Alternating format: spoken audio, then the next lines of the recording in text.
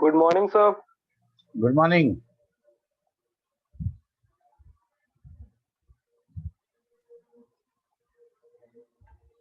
Good morning, sir. Good morning. Good morning, sir. Good morning.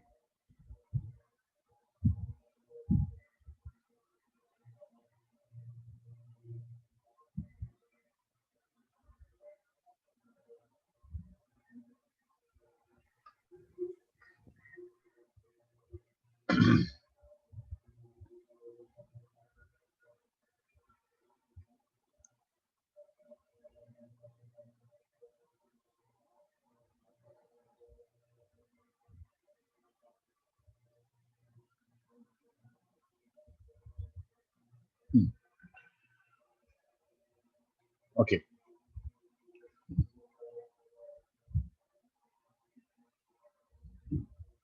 आज हम लोग को देखना है डिस्ट्रीब्यूटेड डेटाबेस क्या होगा।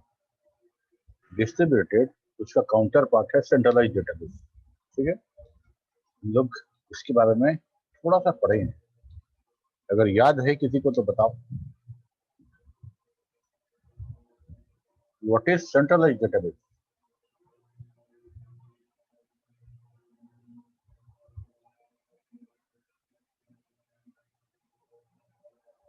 नहीं याद है किसी को?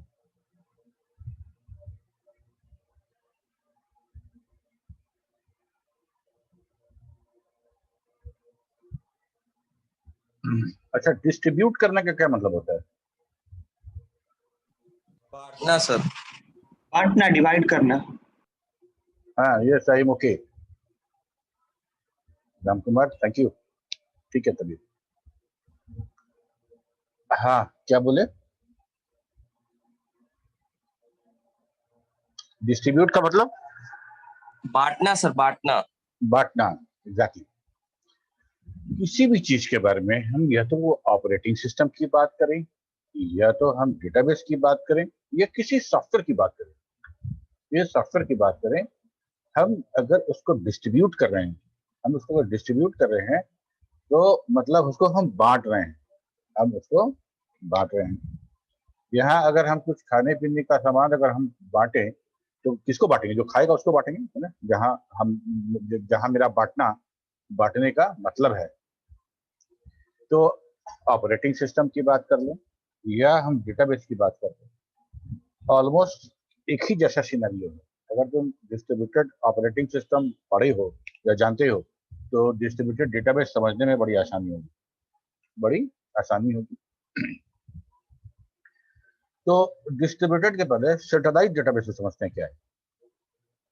सेंट्रलाइज डेटाबेस मतलब एक सर्वर है, सेंट्रल सर्वर, जहां हमारा पूरा का पूरा डेटाबेस वहां पे कॉन्फ़िगर किया गया है। ठीक है, और जितने स्टेशन हैं, जितने क्लाइंट हैं, क्लाइंट मशीन, सब उस डेटाबेस सर्वर से डेटा शेयर कर रहे हैं। ठीक है, पढ़ रहे हैं या लिख रहे हैं, मतलब राइट कर रहे हैं या रीड कर रहे हैं सर्वर पे। जैसे मतलब मेरा ये सपोज करो ये स्टेशन मतलब है। सर तीनों चीज एक ही जगह, मतलब sir user interface, business logic और डेटाबेस तीनों एक ही जगह, मतलब नहीं, वो दूसरा सिनेरियो था। उसमें देखो नीचे हम नोट में लिखे हैं, इस सेंट्रलाइज सिस्टम को उस सेंट्रलाइज सिस्टम से कंफ्यूज ना हो। ठीक है, वहां पे हम लोग क्लियर आर्किटेक्चर पढ़ने वाले थे, तो बताए थे कि ऐसा सिस्टम जहाँ पे कि फ्रंट एंड बैक एंड और डेटाबेस एक ही सिस्टम पे है, तो वो सेंट्रलाइज टाइप का हो गया। लेकिन अभी हम उस सेंट्रलाइज की बात नहीं कर रहे हैं, अभी हम उस सेंट्रलाइज की बात नहीं कर रहे हैं। 3 टियर में जब हम बात कर रहे थे, ये 2 टियर वाला आर्किटेक्चर, डेटाबेस डेटाबेस और यहाँ मेरा क्लाइंट, याद है? ठीक है, मेरा यूजर इंटरफेस और बिजनेस लॉजिक क्या कहीं भी हो, उससे मतलब नहीं है।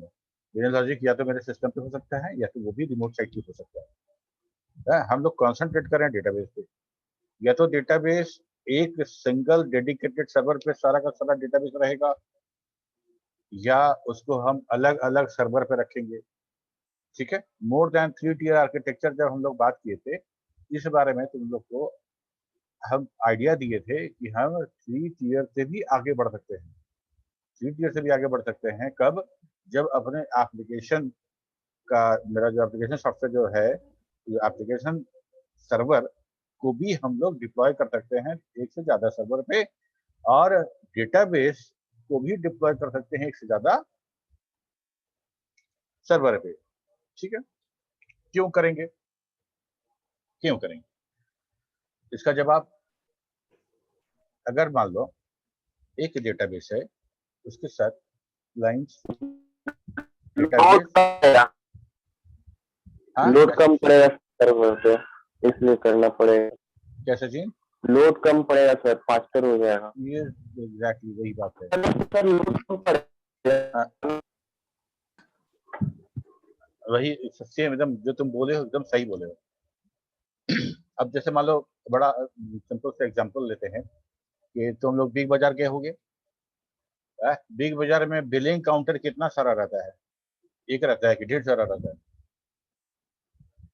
ढेर सारा रहता है। ढेर सारा रहता है। क्या हो अगर एक ही हो तो, एक ही बिलिंग काउंटर हो तो क्या क्या परेशानी हो सकती है? सर लोड ज्यादा बढ़ जाएगा। लोड बढ़ जाएगा, टाइम, वेटिंग टाइम ज्यादा हो जाएगा जितने कस्टमर उनका। ठीक है, पूरा का पूरा whole as a whole big बाजार का देखो या किसी भी ऐसा डिपार्टमेंटल स्टोर का देखो, उसकी इफिशियंसी कम हो जाएगी। अब लोड बढ़ेगा, भीड़ बढ़ेगा, क्राउड बढ़ेगा, बॉटल नेक वाला सिचुएशन हो जाएगा। तो हम उसको कवर करने के लिए, उसको मैनेज करने के लिए हम क्या कहते हैं, मल्टीपल काउंटर्स खोल देते हैं। मल्टीपल काउंटर्स कहाँ कहाँ खोल सकते हैं? बैंक में भी देखो मल्टीपल काउंटर्स है। ठीक है, और शॉप्स में भी, अब मिठाई का दुकान है, एक काउंटर है, उसको मिठाई भी देना है और चाट भी देना है और केक भी देना है। ठीक है, तो क्या करेगा वो?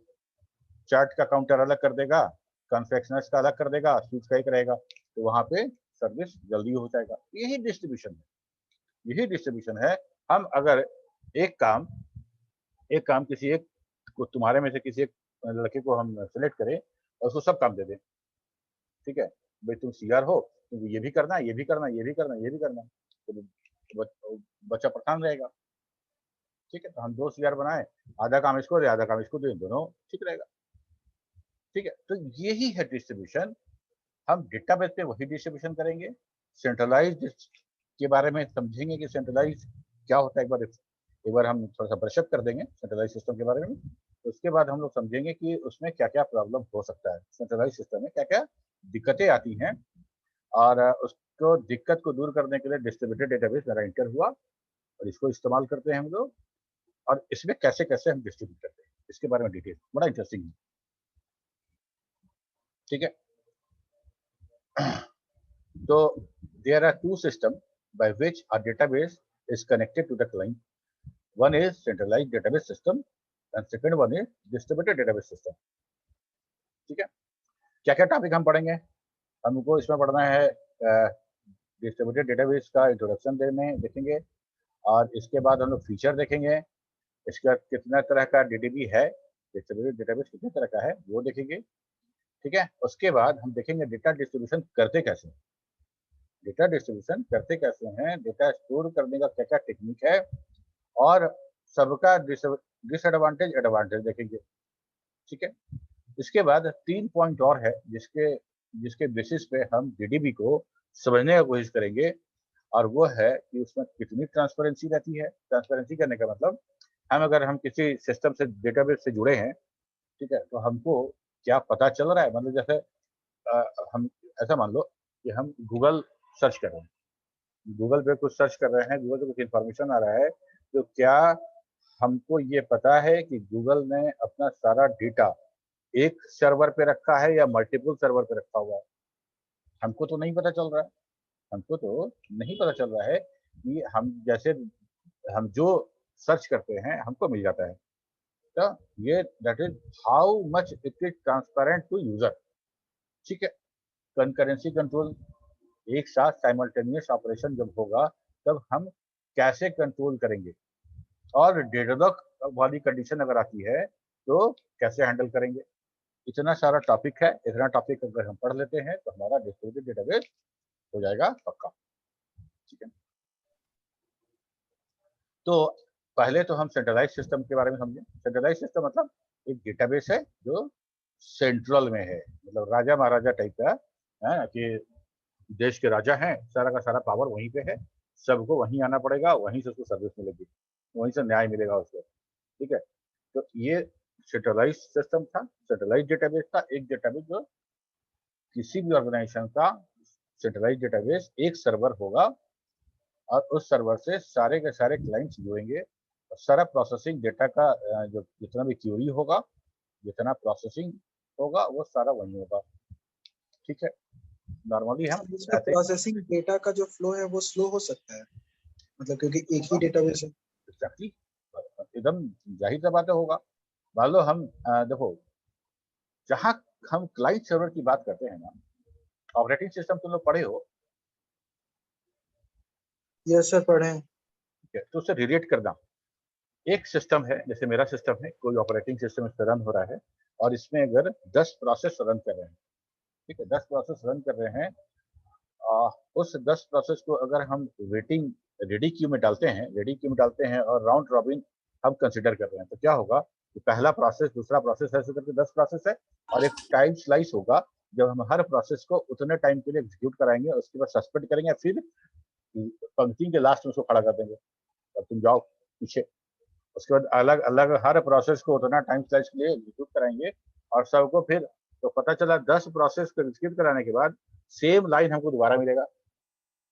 ठीक है, तो जिस समय प्रोसेस नंबर 10 आया था रेडी क्यू में, उस समय प्रोसेस नंबर 1 एग्जीक्यूशन में था, तो इसको कितना सेकंड वेट करना पड़ गया, मतलब हम मान लो 1 सेकंड का स्लाइस रखते हैं तो उसको 9 सेकंड वेट करना यस सर, करना पड़ गया। तो जितना प्रोसेस बढ़ता जाएगा, जितना प्रोसेस बढ़ता जाएगा, हर प्रोसेस को उतना टाइम बढ़ेगा, मतलब वेटिंग टाइम बढ़ जाएगा। तो हमको क्या लगता है, कंप्यूटर बड़ी स्लो काम कर रहा है, कंप्यूटर बहुत स्लो काम कर रहा है, हम लोग ऐसा बोलते हैं। यही काम क्लाइंट सर्वर में होगा। मान लो ये मशीन मेरा सर्वर है, इसके साथ 25 क्लाइंट जुड़े हुए हैं, 2500 क्लाइंट अपने सर्विस के लिए हमको रिक्वेस्ट भेज रहे हैं, हमको रिक्वेस्ट आ रहा है 25 क्लाइंट का। तो 25 क्लाइंट का रिक्वेस्ट आ रहा है, हम फर्स्ट इन फास्ट आउट तो नहीं कर सकते। मान लो हम जैसे लाइन में खड़े हैं, मतलब हम टिकट काट रहे हैं और लाइन में 25 आदमी है, तो हम फर्स्ट इन फर्स्ट आउट वाला करेंगे, लेकिन हम कंप्यूटर में ये काम नहीं कर सकते। इसलिए जो फर्स्ट इन फर्स्ट आउट करेंगे तो वहाँ पे बहुत सारा ऐसा प्रोसेस है, बहुत सारा ऐसा रिक्वेस्ट है जो हमारा बहुत, उसको उसका टाइम बहुत लग जाएगा, उसको टाइम बहुत लग जाएगा, वेटिंग टाइम बहुत ज़्यादा बढ़ जाएगा। तो हम इफिशियंसी को बढ़ाना चाहते हैं, इसलिए हम लोग ये बात करते हैं कि भाई एक टाइम स्लाइस रहेगा, उसमें एग्जीक्यूट करेंगे। अब मान लो कि 25 है तो ठीक है, पहला वाला का हम सर्विस, उसको रिक्वेस्ट था, इतना काम बोला था हमको हमको हमको 10 सेकंड का काम बोला था, तो 1 सेकंड काम करके उसको भेज दिए और तब तक हम दूसरा वाला क्लाइंट का, उसका भी 1 सेकंड काम कर दिए। समझ गए? तो यहाँ पे एक रेडी क्यू सर्वर पे बना, जितने क्लाइंट है सबका, क्लाइंट 1, क्लाइंट 2, क्लाइंट 3, क्लाइंट 4, जैसे वहां पे प्रोसेस का बन रहा था।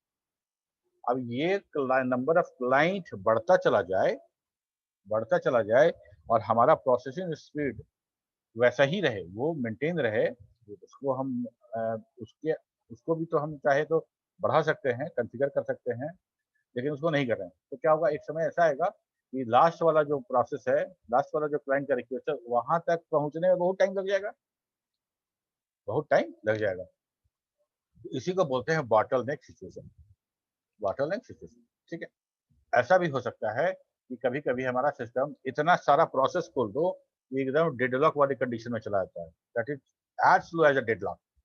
ठीक है, तो हमको कंप्यूटर को रिस्टार्ट करना पड़ता है या टास्क बार खोल के, टास्क मैनेजर खोल के हम उस प्रोसेस को इंड टास्क करते हैं और तो हमारा सिस्टम फिर काम करना शुरू करता है। सेम सर्वर पे भी हो सकता है, सर्वर पे भी हो सकता है कि इतना ज़्यादा क्लाइंट एक साथ कनेक्ट हो जाए कि हमारा सर्वर डाउन हो जाए या स्लो एज हैंग, मतलब डेडलॉक वो कंडीशन में चला जाए। ठीक है, याद करो जब जिस तरह का फ्लिपकार्ट और अमेजोन में जो एंड कोई सीजन वाला जो आता है, यस सर, सेल क्रैश हो वेल जो जाता आता है, कई बार ऐसा हुआ है कि सेल स्टार्ट होने के कुछ ही देर बाद उनका सर्वर डाउन हो जाता है। ठीक है, तो ये वाला कंडीशन रहता है सेंट्रलाइज्ड डेटाबेस सिस्टम में। इसको दूर करने के लिए हम लोग in centralized database, a complete database resides on a single site.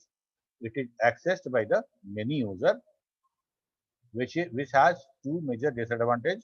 पहला है bottleneck अभी हम लोग समझे कि when a number of transactions from the different sites arises simultaneously, then centralized database server में critically slow और sometimes crash. ठीक है। दूसरी बात, अगर एक ही जगह सारा डेटाबेस प्रोसेसेस बहुत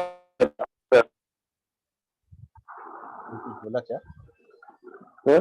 हाँ सचिन, हाँ सर, कह रहे हैं सर प्रोसेसेस करते हैं क्या सर यहाँ पे? दोबारा आवाज हार्ड नहीं। कॉन्फ़िगरेशन बॉटम अगर कोई कह रहे हैं सेटिंग का सर बात, प्रोसेसेस करते हैं कि हार्ड। तुम्हारा आवाज एकदम ब्रेक होके आ रहा है सचिन। Hello sir. तुम चैट में लिख सकते हो या कोई और सुन पाया हो ओके तो सर। बताए हमको क्या बोला सचिन।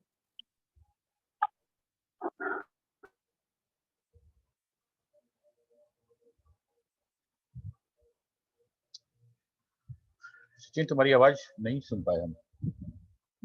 लिखो या फिर ओके सर। ओके। अब देखो सेंट्रलाइज डेटाबेस में एक और बहुत बड़ा प्रॉब्लम है, वो ये कि सारा का सारा डेटाबेस मेरा एक सर्वर पे है, सारा का सारा एक सर्वर पे है। उस सर्वर की बहुत बड़ी रिस्पॉन्सिबिलिटी है। अगर वो बैठ गया, वो सर्वर डाउन हो गया, तो जितने क्लाइंट है किसी का कोई सर्विस अब डेटाबेस से रिलेटेड कोई सर्विस परफॉर्म नहीं हो पाएगा। ठीक है। तो अवेलेबिलिटी वाला इशू भी है।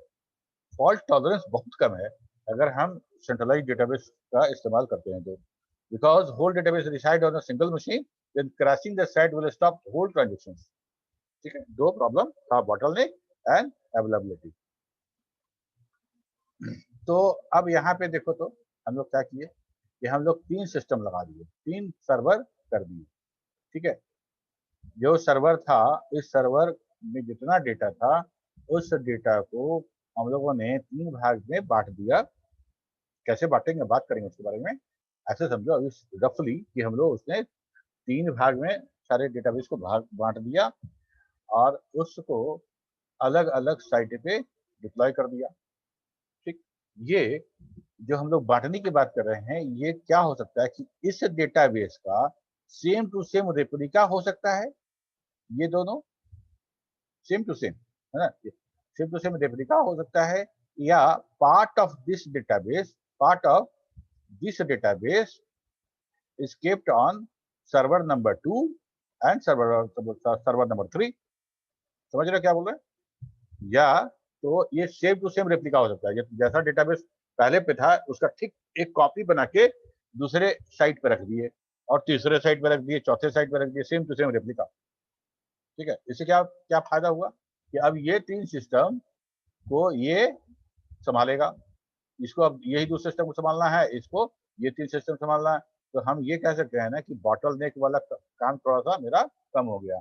अब हमारा ट्रैफिक जो है लोड बैलेंसिंग हो गया, लोड जो है वो बैलेंस हो गया, सारे सर्वर को हम दे दिए, वो काम करेगा। ठीक है। और दूसरा हो गया कि हम सेंट्रलाइज सिस्टम पे जो था उसका हम 3 पार्ट बनाए, एक पार्ट यहाँ, दूसरा पार्ट यहाँ, तीसरा पार्ट यहाँ, दोनों तरीके से हम डिस्ट्रीब्यूट कर सकते हैं। ठीक है। तो this problem may be solved by distributed database system. Distributed database is a collection of multiple। ये जो एरो दिए हैं ये कनेक्टेड क्या चीज है? ये वाला, ये जो एरो दिए हैं सर, मतलब ये तीनों डेटाबेस के बीच में ये क्या है? ये वाला yes sir. Database to database connection ना। हाँ देखो, ये मान लो हम अगर इस तीनों डेटाबेस से अगर हम ये कहें कि तीनों अगर सेम टू सेम है, इसी का रेप्लिका है, तो हमको इस डेटाबेस में जो अपडेशन होगा, जो इंसर्शन होगा, वो इस डेटाबेस में रिफ्लेक्ट होना चाहिए कि नहीं होना चाहिए बताओ। नहीं तो मेरा तीनों डेटाबेस तो अलग अलग हो जाएगा ना। समझ रहे हो? IRCTC का रेलवे, इंडियन रेलवे का एक सर्वर नहीं है, इसका अलग अलग ईस्टर्न रेलवे और साउथर्न रेलवे ऐसा करके इसका 4 सर्वर है और अलग अलग एरिया के लोग उस अलग अलग सर्वर से कनेक्ट होकर उसमें अपना रिजर्वेशन कराते हैं। मान लो कि हम पटना में बैठकर रिजर्वेशन कराएं, ठीक है, पटना में बैठकर रिजर्वेशन कराएं और हम चेन्नई जाके उस PNR नंबर से क्वेरी करें, तो हमको बताएगा ना कि भैया आपका रिजर्वेशन फलना फलना ट्रेन में फलना फलना डेट को हुआ है। Yes sir. ठीक है। तो अगर रेप्लिका है तब या पार्ट ऑफ द डेटाबेस है तब, दोनों कंडीशन में हमको डेटाबेस को तो आपस में कनेक्ट करना ही पड़ेगा, है ना। हम टिकट कटाए इस सर्वर से और इस सर्वर पे वो बर्थ वो कोच खाली है, तो उस बर्थ पे यहाँ से ये टिकट कटा लेगा, तो पता चला कि एक टिकट पे 2 आदमी हो जाएगा। तो क्या होता है कि जब ये डेटाबेस किसी रिकॉर्ड को प्रोसेस करने वाला होता है और सेम टाइम में उसी रिकॉर्ड को भी प्रोसेस कर दे। एक डेटाबेस में तो एक रो पे 2 आदमी नहीं लिख सकता है ना। Two write never possible, two write operation never possible, but यहाँ एक राइट हो रहा हो और यहाँ राइट हो रहा हो तो पॉसिबल है ना। इस 4 और बर्थ नंबर 32 ये राइट करने वाला है यहाँ पे, और सेम टाइम में इस 4 और 32 बर्थ भी राइट करने वाला है, तो गड़बड़ हो जाएगा। ठीक है, तो क्या होता है कि जब इसको कुछ राइट करने, तो थोड़ा सा आगे हम लोग देखेंगे कि जब कुछ राइट करना होता है जिस टपल पे, जिस रिकॉर्ड पे, उस रिकॉर्ड को लॉक करने के लिए बाकी सर्वर को बोलता है, जस्ट इसको लॉक कर देता है ताकि बाकी दोनों सर्वर उस पर राइट ना कर पाए। ठीक है, और जब ये राइट कर देता है तब इस दोनों सर्वर को उस अपडेशन के बारे में, उस मॉडिफिकेशन के बारे में वो इत्तला करता है, या बोलता है कि तुम लोग अपना अपडेट कर दो, तुम लोग अपना अपडेट कर दो। तो ये काम होता है, इसीलिए जुड़ा होता है। दूसरी बात, मान लो ये दो सिस्टम इससे जुड़ा हुआ है और ये क्रैश कर गया है, काट गया, इसका सर्विस कैसे मिलेगा? इसका सर्विस तो इस सर्वर से मिलने वाला है। ठीक है, तो ये सर्वर सर्वर कनेक्शन होगा तभी तो होगा। ठीक है, तो distributed database is a collection of multiple logically interrelated database distributed over a computer network.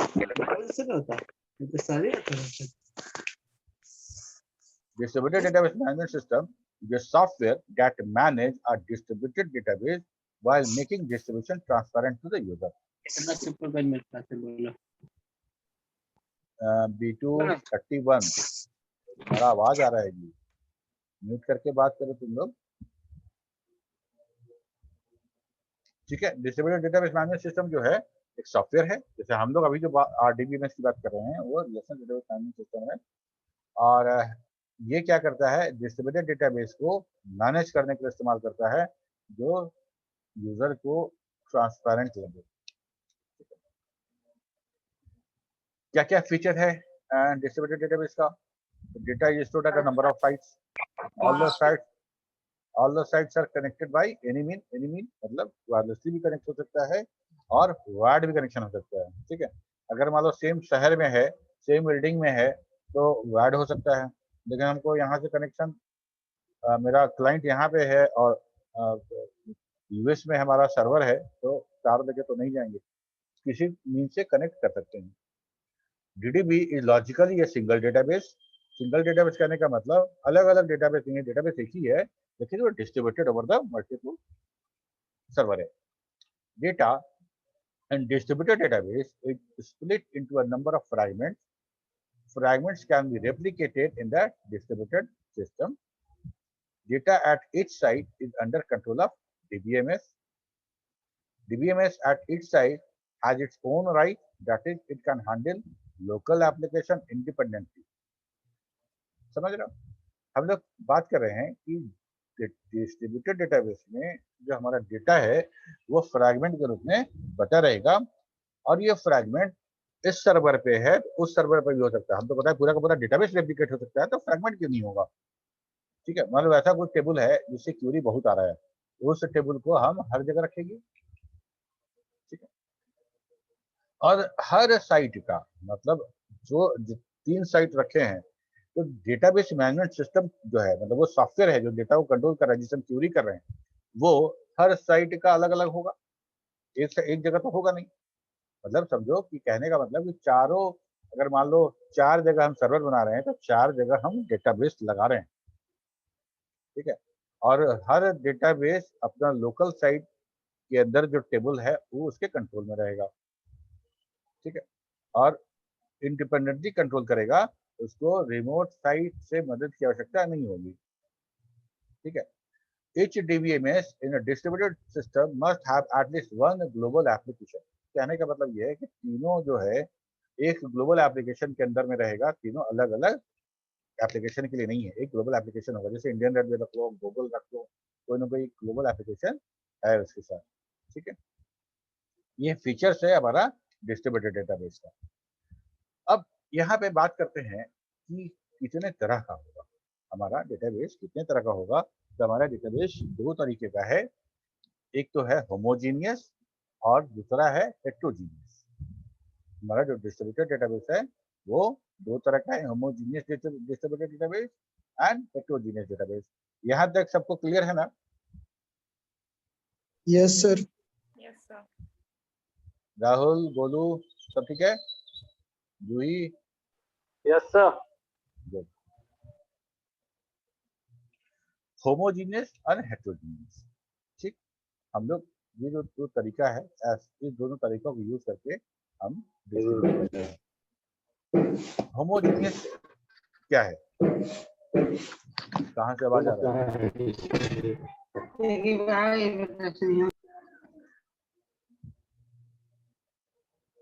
Okay, all sites have identical database management system software and aware of one another and agree to cooperate in the processing users request from other side in order to make transaction possible across the multiple sites.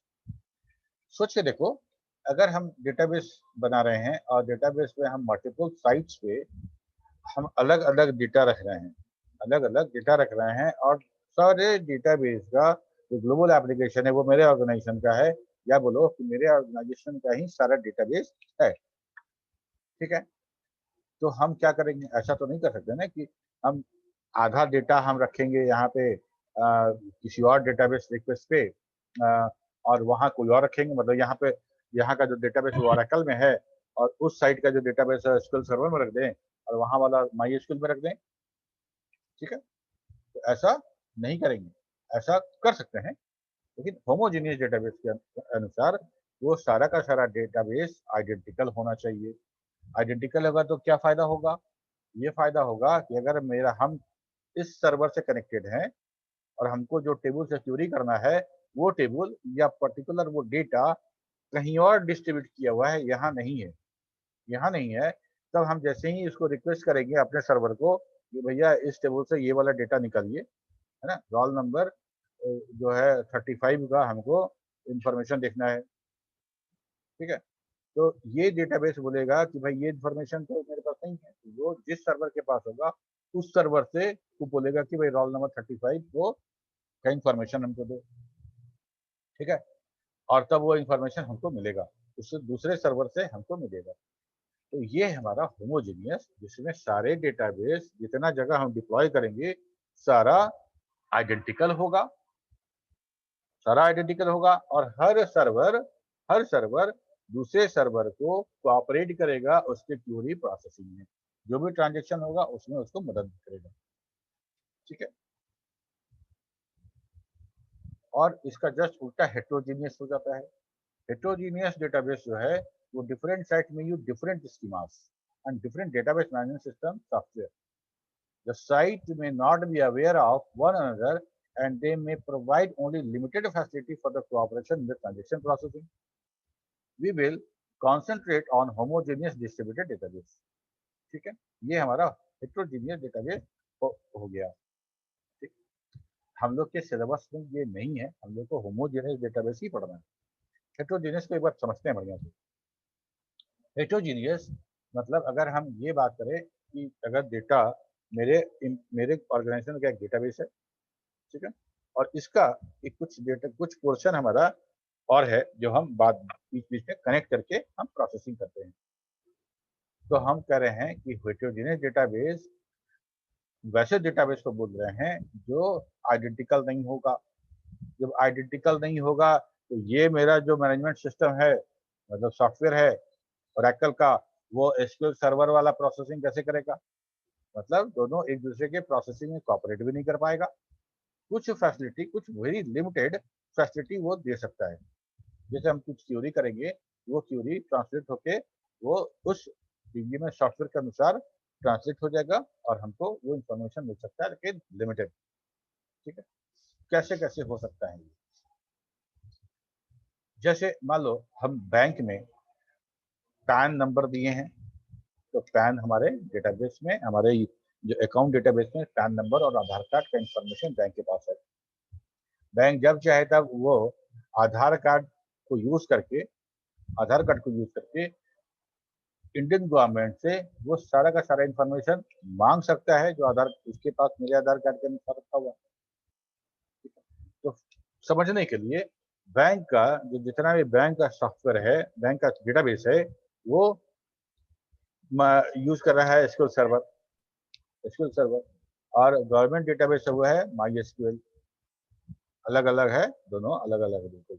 लेकिन bank का एक information जो information उसको मेरे आधार card से मिल सकता है, वो सारा इंफॉर्मेशन बैंक के पास नहीं है, वो किसी और सर्वर पे है। लेकिन बैंक जब चाहे तो मैनेजर जब चाहे तब वो क्यूरी करके वो डेटा निकाल सकता है। ये है हमारा हेटेरोजेनियस डिस्ट्रीब्यूटेड डेटाबेस, जिसमें अलग अलग डेटाबेस सर्वर अलग अलग तरह के डिवीजन सॉफ्टवेयर को एग्जीक्यूट कराएगा। कोई रिस्ट्रिक्शन नहीं होगा कि एक जैसा रखना है। और जब अलग अलग होगा तो जाहिर सा बात है कि हम जो प्रोसेसिंग करेंगे, एक दूसरे का जो डेटा प्रोसेस होगा वो बहुत लिमिटेड हो जाएगा। जहां तक समझ में आया बात? Yes sir. प्रतीक, तुम इतना लेट क्यों आए?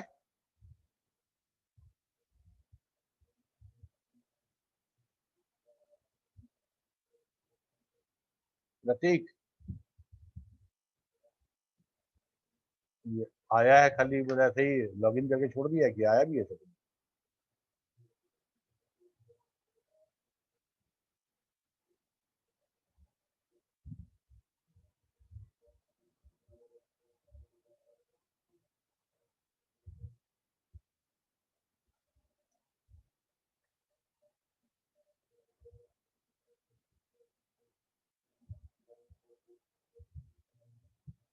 Pratik is not there. I think Pratik, you are not there.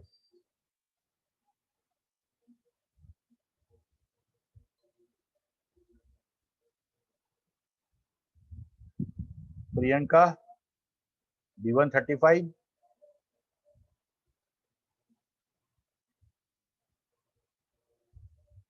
B135 Priyanka.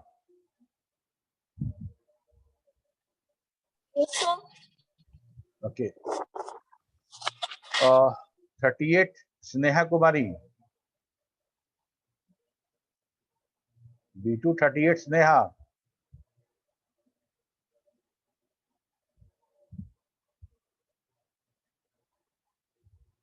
B238 Sneha.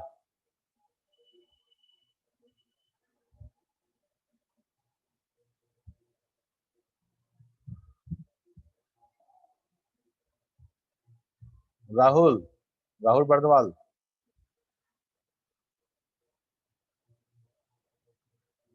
B140 Rahul Bardwal.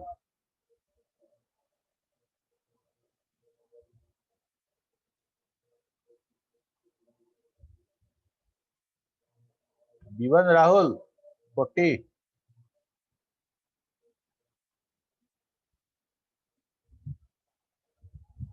Sir उसके साथ थोड़ा नेटवर्क इशू है सर।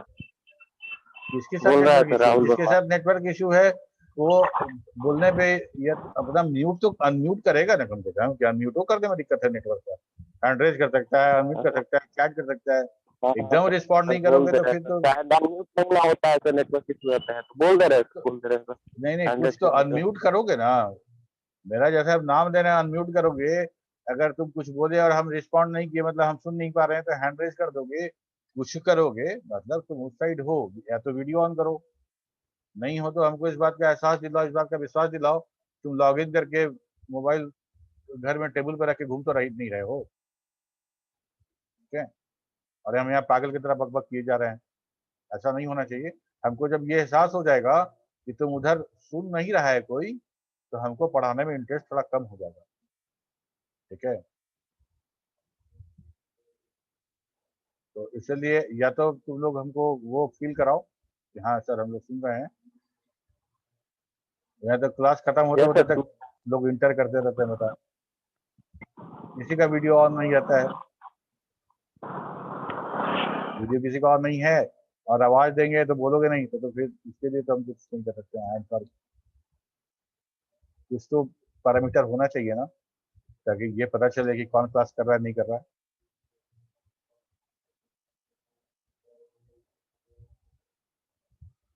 ओके, तो हम लोग देखें होमोजीनियस हेटेरोजीनियस डिस्ट्रीब्यूटेड डेटाबेस क्या होता है।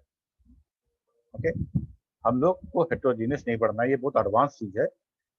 हम लोग को सिर्फ होमोजीनियस के बारे में पढ़ना है कि अगर बाई चांस कभी हमारा हम जिस ऑर्गेनाइजेशन में काम करेंगे वहाँ पे अगर कोई डेटाबेस हमारा बहुत बड़ा हो जाता है, बॉटलनेक वाली कंडीशन आ जाती है, तो हम कैसे डेटाबेस को डिस्ट्रीब्यूट कर सकते हैं अलग अलग सिस्टम में। ठीक है, और ओरेकल का बात करो, एसक्यूएल सर्वर की बात करो, मायस्क्यूएल की बात करो, किसी डेटाबेस की बात करें हम, जो हम लोग देखते हैं रिलेशनल डेटाबेस, सारा का सारा डिस्ट्रीब्यूट हो सकता है, सारा का सारा डिस्ट्रीब्यूट हो सकता है। और हम क्यूरी भी जनरेट कर सकते हैं जो दूसरे साइट से डेटा उठा के लाए। ये फैसिलिटी हमारे पास सबके हैं, सारे रिलेशन में। लेकिन ये हमको जानना था कि हेटेरोजेनियस क्या होता है। हेटेरोजेनियस वैसे डेटाबेस, डिस्ट्रीब्यूटेड डेटाबेस को बोलेंगे कि हर साइट फ्री है अपने मन का डेटाबेस यूज करने के लिए। सारा डेटाबेस एक नहीं होगा, और चूंकि एक नहीं है तो प्रोसेसिंग में कॉपरेट करने का बात नहीं हो सकता। कुछ कॉपरेशन होगा, जैसे हम बैंक वाला मेरा आधार कार्ड के थ्रू इंडियन गवर्नमेंट से आधार कंपनी का आधार जो gov.in जो है वहां से मेरा इंफॉर्मेशन लेके चला है। ठीक है, ऐसा बहुत सारा है। जैसे मान लो पैन नंबर के आधार पे मेरा इनकम टैक्स से बहुत सारा इंफॉर्मेशन मिल सकता है बैंक को, और पैन नंबर के बेसिस पे बहुत सारा इंफॉर्मेशन हमको मिल सकता है बैंक को। वहाँ अरे क्या बोलते हैं उसको, जो स्कोर देखते हैं, वहां से इंफॉर्मेशन मिल सकता है। तो ये सारा का सारा डेटाबेस, जरूरी तो नहीं है कि बैंक का डेटाबेस जिस कंपनी का होगा, जो डेटाबेस बैंक यूज कर रहा होगा, इनकम टैक्स डिपार्टमेंट वही यूज कर रहा होगा, लेकिन फिर भी हम लोग उस कुछ पार्ट जो है बैंक के काम का वो इनकम टैक्स के साइड पे है, कुछ काम वहां पे है, तो हम लोग इसको डिस्ट्रीब्यूटेड की तरह देख सकते हैं। डेटा डिस्ट्रीब्यूट करेंगे कैसे? दो तरीका है, रेप्लिकेशन एंड फ्रैगमेंटेशन। हम लोग बात किए अभी, हम लोग कि रेप्लिकेशन मतलब सेम टू सेम उसका ना मिरर कॉपी बना के रख दी। दूसरा तो तोड़ तोड़ के अलग अलग रखे। ठीक है, फ्रैगमेंटेशन भी होगा तो दो तरीके से होगा, बात करेंगे उसके बारे में। पहले हम देखते हैं रेप्लिकेशन। रेप्लिकेशन का मतलब जो डेटाबेस साइट 1 पे है, सारा का सारा एकदम एग्जैक्ट कॉपी साइट 2 पे है। Consider relation R that is to be stored in the database, and system maintains several identical replicas copies of relation R and store each replica at different site। इसका सबसे जीवंत जो इसका example है वो हमारा इंडियन रेलवे है। दूसरा हमारा बैंकिंग सिस्टम भी है। क्या बैंक में जितना ट्रांजेक्शन होता है सारे एक सर्वर पे ही होता होगा?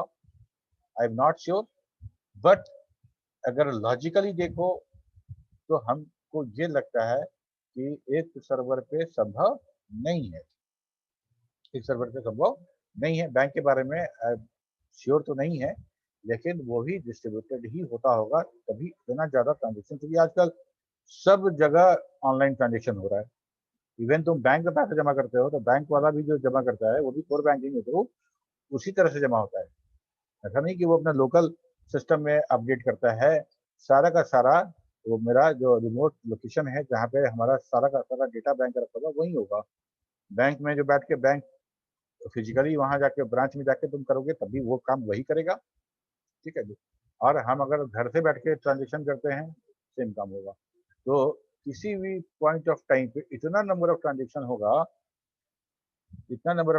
होंगे कि एक सर्वर पे करना मुश्किल है, बहुत ज्यादा बॉटलनेक और बहुत ज्यादा स्लो वाली कंडीशन होगी। लेकिन इंडियन रेलवे के बारे में हमको पता है, उसके पास 4 सर्वर है।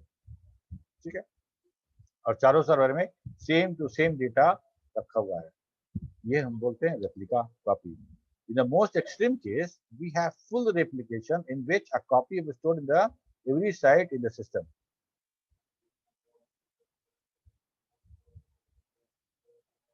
In the most extreme case, we have full replication in which a copy is stored in every site in the system. कहने का मतलब ये हुआ कि हम कंप्लीट रेप्लिका बनाए या पार्शियल रेप्लिका बनाए, दोनों काम कर सकते हैं। दोनों काम हम कर सकते हैं कि मोस्ट एक्सट्रीम केसेस में फुल रेप्लिकेशन भी करते हैं और पार्शियली रेप्लिकेशन भी किया जाता है। ये रेप्लिकेशन का बात हो गया, ठीक है। और इसके बाद देखो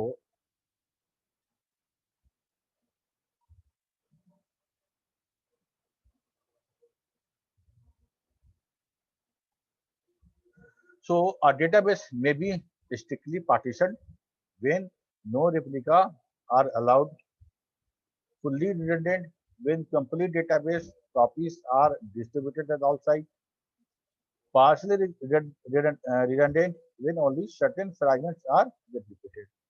ये 3 पॉइंट समझ में आया कि नहीं आया, बताओ सचिन।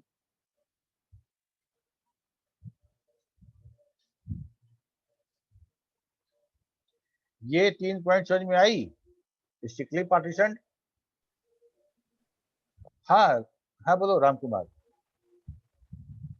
यस सर, समझ। एक बार फिर से बताइए। फर्स्ट वाला बताइएगा सर। क्या राम कुमार क्या बोले, नहीं सुन पाए? सर एक बार फिर ओके, से फिर से बता दें, ठीक है। तो हम अभी जो देखे ना कि अभी हम लोग ये वाला जो रेप्लिकेशन वाला, तो रेप्लिकेशन समझ में आ गया। रेप्लिकेशन मतलब रेप्लिकेट करना, रेप्लिकेट करना मतलब उसका कॉपी करना, उसका कॉपी बनाना, ठीक है। तो कह रहे हैं कि 3 तरह का रेप्लिकेशन हम बना सकते हैं। 3 तरह का रेप्लिकेशन बना सकते हैं जब हम कह रहे हैं कि स्ट्रिक्टली पार्टीशन। तो डेटाबेस अगर स्ट्रिक्टली पार्टीशन कर देंगे तो हमको बोलेंगे कि रेप्लिका एकदम नहीं है।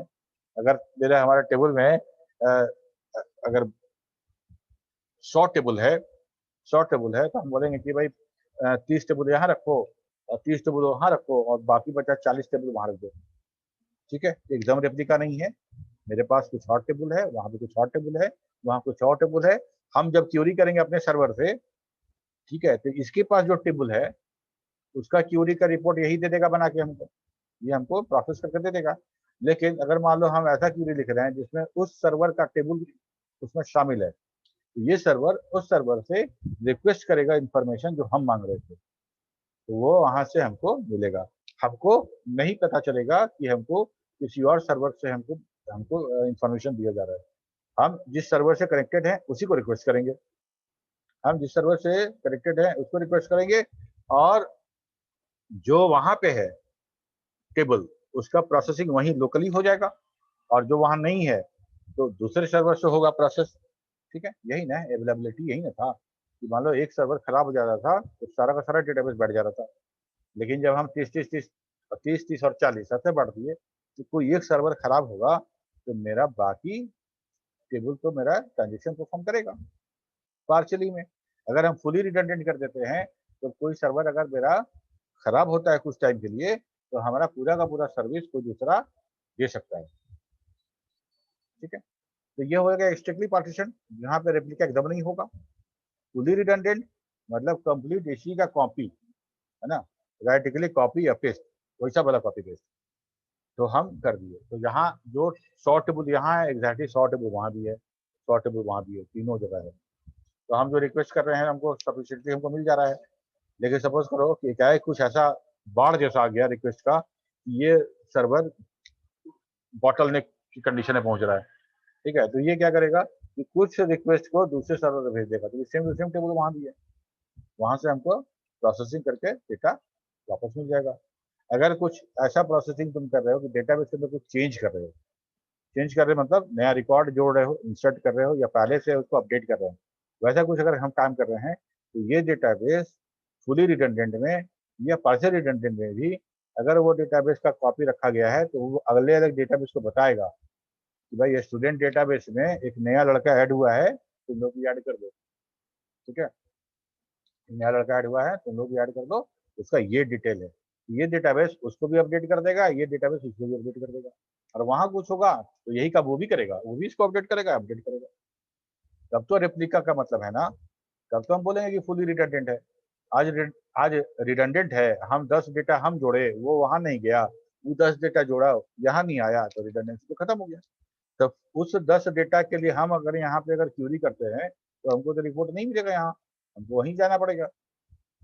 पार्शली रिडंडेंट कहने का मतलब कि हम 100 टेबल में से कुछ 15 टेबल है जिसमें बहुत ज्यादा ट्रैफिक है, ठीक है, और जितना ट्रैफिक है हमारे सर्वर पे उस ट्रैफिक का अगर 40% ट्रैफिक अगर एक कुछ टेबल पे आ रहा है, तो हम अगर ऐसा करें कि हम उस 15 टेबल को रेप्लिकेट कर देते हैं 3 जगह, उस 15 टेबल को रेप्लिकेट कर देते हैं कि वहां से होगा, उसके अलावा बाकी 85 टेबल से जो आने वाला है वो सेंट्रल सर्वर से होगा, ठीक है। तो हम सर्वर तो हम बनाएंगे 3, हम 3 सर्वर बनाएंगे, एक मेरा फुल सर्वर रहेगा और इसमें का कुछ टेबल जिसपे कि बहुत ट्रांजेक्शन होने वाला है, बहुत ज्यादा रिक्वेस्ट सर्विस आने वाला है, तो उस टेबल को एक छोटा सा लो बजट वाला हम बना के वहां पे साइट 2 पे रख देंगे, साइट 3 पे रख देंगे, साइट 4 पे रख देंगे, ठीक है। तो अगर ऐसा कर देंगे हम, तो जो मेन जो ट्रैफिक था जो उस टेबल के लिए आ रहा था, वो ट्रैफिक हमारे मेन सर्वर पे कम हो जाएगा, ठीक है। और 15 के अलावा 16वां टेबल का अगर क्यूरी आता है सर्वर नंबर 2 पे, वो क्यूरी हमको भेज दिया जाएगा, इस सर्वर पे हम उसको एग्जीक्यूट कराएंगे और सारा इंफॉर्मेशन हम वापस सर्वर 2 को भेज देंगे, वो यूजर को भेज देगा। समझ में आ रहा है बात? Yes sir. ठीक है, तो यही चीज है हमारा पार्टीशन करता है, ये हमारा जो रेप्लिका है यही है। क्या क्या एडवांटेज हमको मिलेगा अगर हम रेप्लिकेशन यूज करते हैं? तो पहला तो अवेलेबिलिटी बढ़ जाएगी, हमारी अवेलेबिलिटी बढ़ जाएगी, और जब डेटा कोई सर्वर हमारा खराब होगा तो हमको फिक्र करने की आवश्यकता नहीं है, वो हमको सर्विस दूसरे सर्वर से मिल जाएगा, दूसरे सर्वर से मिल जाएगा, ठीक है। हमारे एरिया का अगर कुछ पावर का प्रॉब्लम हो जाता है, लाइन चला जाता है बहुत लंबा चौड़ा, तो दूसरा एरिया का दूसरा ग्रिड का जो है वहां से पावर जुड़ दिया जाता है पूरे टाइम में। तो ऐसा होता है बहुत बार, हर जगह होता है कि आपके शहर में ऑक्सीजन की कमी हो गई है, तो दूसरे शहर से फॉर द टाइम भी ऑक्सीजन आपको पहुंचा दिया गया। ये अवेलेबिलिटी हमारे डेटाबेस में अगर हमको चाहिए, हमको ये काम करना पड़ेगा। If one site contain relation R fails, then the relation R can be found in the other site, so system can continue to process query involving R. ठीक है। दूसरा है increased parallelism. Parallelism increase है। Parallel कहने का मतलब क्या है? देखो, दो चीज है, एक है पाइपलाइन, और दूसरा है कंकरेंसी या पैरेललिज्म। ये दो चीज अच्छे समझना, ठीक है। तो पैरेलल कहने का मतलब जैसे रेलवे का 2 ट्रैक पैरेलल चलता है, 2 ट्रैक पैरेलल चलता है मतलब दो एक साथ कंकरेंट, ठीक है। अगर एक साथ ज्यादा प्रोसेस अगर आ जाता है, ज्यादा हमको ट्रांजेक्शन आ जाता है एक डेटाबेस का किसी एक खास का, और सारा का सारा, तो हम कंकरेंसी कैसे रिजॉल्व करेंगे? If there are many transactions from many sites involving the relation R, then several sites can process queries in parallel. ठीक है? It also minimize the movement of data between sites because more copies fulfill the need of each site. अगर हमको एक साथ बहुत सारा request आ रहा है कोई रिकॉर्ड पढ़ने के लिए, तो हम सेवरल साइट वो क्यूरीज को पैरेलल में एग्जीक्यूट करा पाएंगे, ठीक है। It also minimize the movement of data between sites because more copies fulfill the need of each site. ये कहने का मतलब कि मान लो कि अगर हमको यहाँ से मेरा लोकल सिस्टम है, तो यहाँ से जो डेटा हम क्यूरी करेंगे तो हमको मिल जाएगा, और रेप्लिका अगर वहाँ पे सर्वर नंबर 2 पे है तो वहाँ से डेटा वहाँ मिल जाएगा। ट्रैफिक खामखा यहाँ से भेजना नहीं पड़ेगा हमको, ठीक है। तो पैरेलल जो कंकरेंसी है वो इम्प्रूव कर जाता है, ताकि सारा का सारा डेटा एक साथ है, तो हम इस डेटाबेस के साथ हम क्यूरी कर रहे हैं, उस डेटाबेस का थ्योरी कर रहे हैं, ठीक है। प्रॉब्लम कब होगा, जब हमको एक से ज्यादा राइट करना पड़ेगा, जो हम पढ़ेंगे तो शेड्यूल पढ़ेंगे तब, ठीक है। यहाँ तक क्लियर है सबको?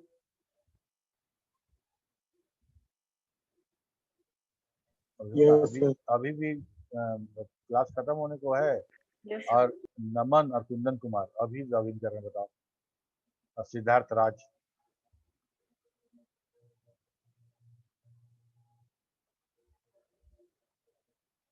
यहाँ तक तो हो गया मेरा कि हम एडवांटेज देख रहे थे, क्या क्या एडवांटेज है हमारा रेप्लिकेशन का, ठीक है।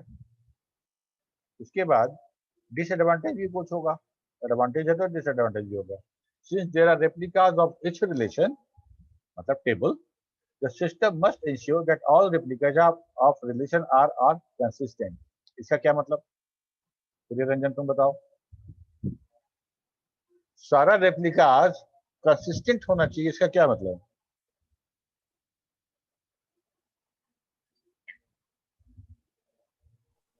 पर मतलब ऐसा नहीं कि मतलब कंसिस्टेंट होने का मतलब सर ये अप एंड डाउन ना हो सर, उसमें अप और डाउन,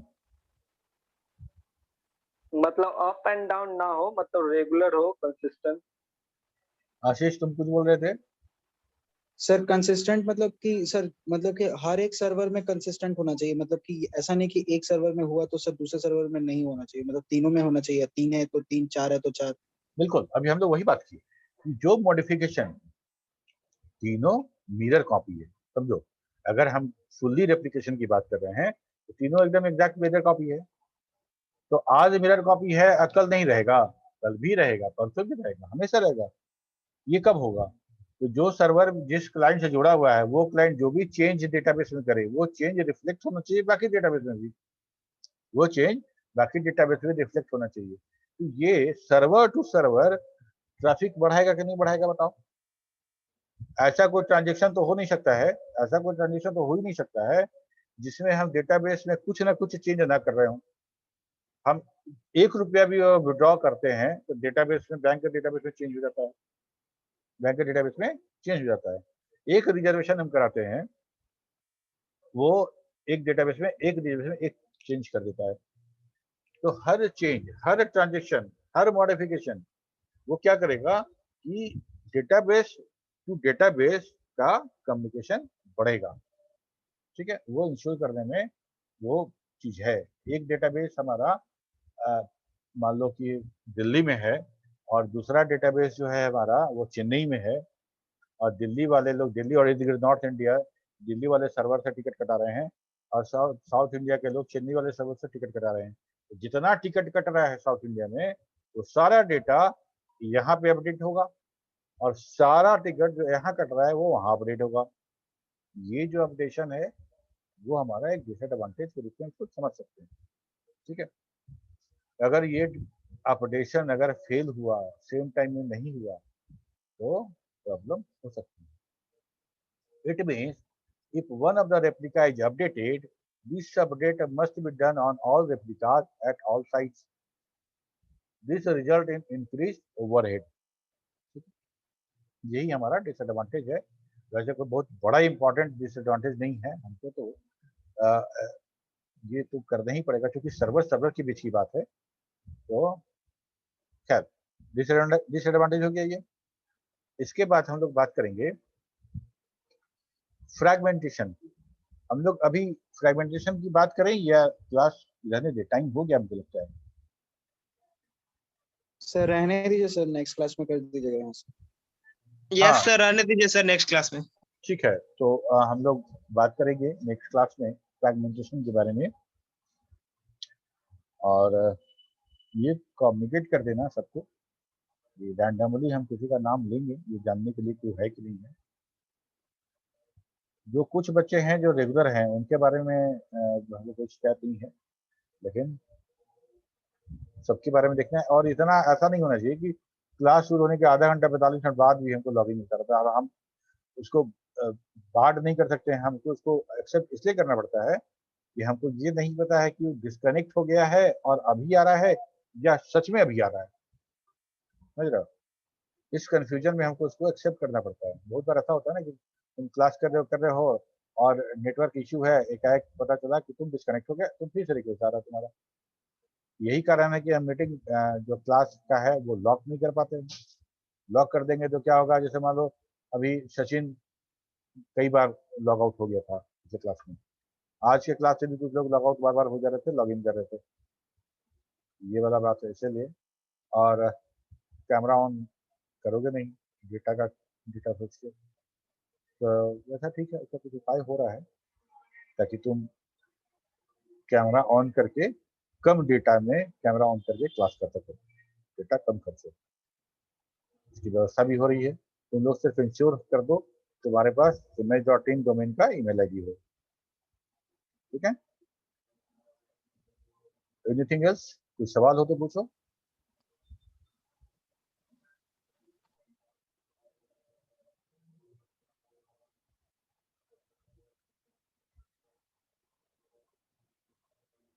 कोई सवाल नहीं। बहुत इंटेलिजेंट हो तुम लोग।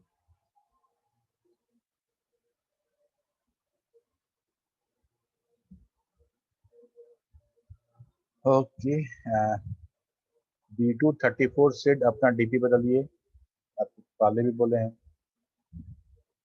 B234 सिद्धार्थ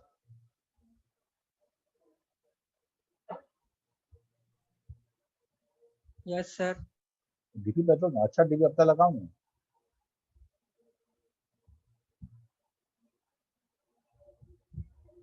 क्या दिक्कत है? Next class no sir. नहीं ना, ठीक है। और बाकी लोग जो अल्फाबेट जिनका लगा हुआ है, जिनका प्लेन है, सब लोग अपना डीपी लगाइए। अटेंडेंस हो गया सर? हाँ, अटेंडेंस हो गया होगा हमको लगता है। रिस्पॉन्ड करो। Yes sir. Yes sir, screenshot ले लिया। ओके, चलो have a good day, bye bye. Thank you sir.